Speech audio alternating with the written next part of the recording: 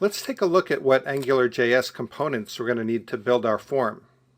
First off, we're going to be wrapping everything in a module, and this module will be the app itself. Later on in this course, the module will be something reusable that can be reused in other projects, but for now we're just going to create the module called AngularFormsApp.js. And within this module, we're going to create a controller. We use the controller to handle the data in the $scope variable. And I'm going to name it EF controller for employee form controller. And it's a JavaScript file.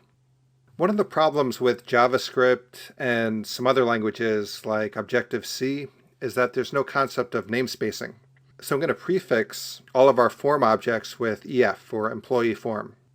So along with the controller, we're going to use a service, efservice.js. And this is just so that the controller itself doesn't have to reach out to the web server. We'll use a service to handle that. So the service will both get and post employee information for us. Now to get the form on the screen, we're going to need a directive. We want to make it really clear where the form is going to live on the page.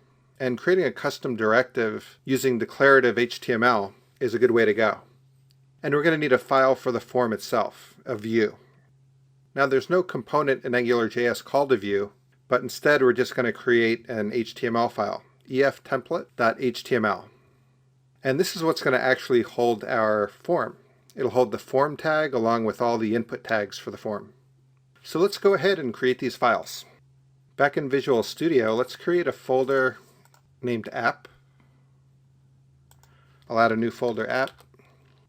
And we'll create our JavaScript file for the app under here. So we have Angular Forms app to hold our module, which will be the app.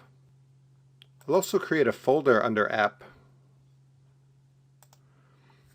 and we'll call it employee form. And this is where I'll create all the other files we'll need.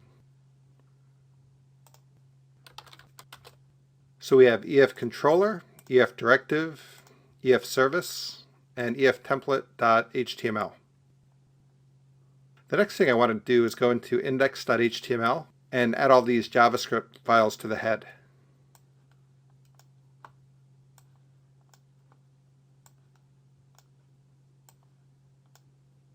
And we don't need to include the HTML file because that'll get loaded dynamically later on.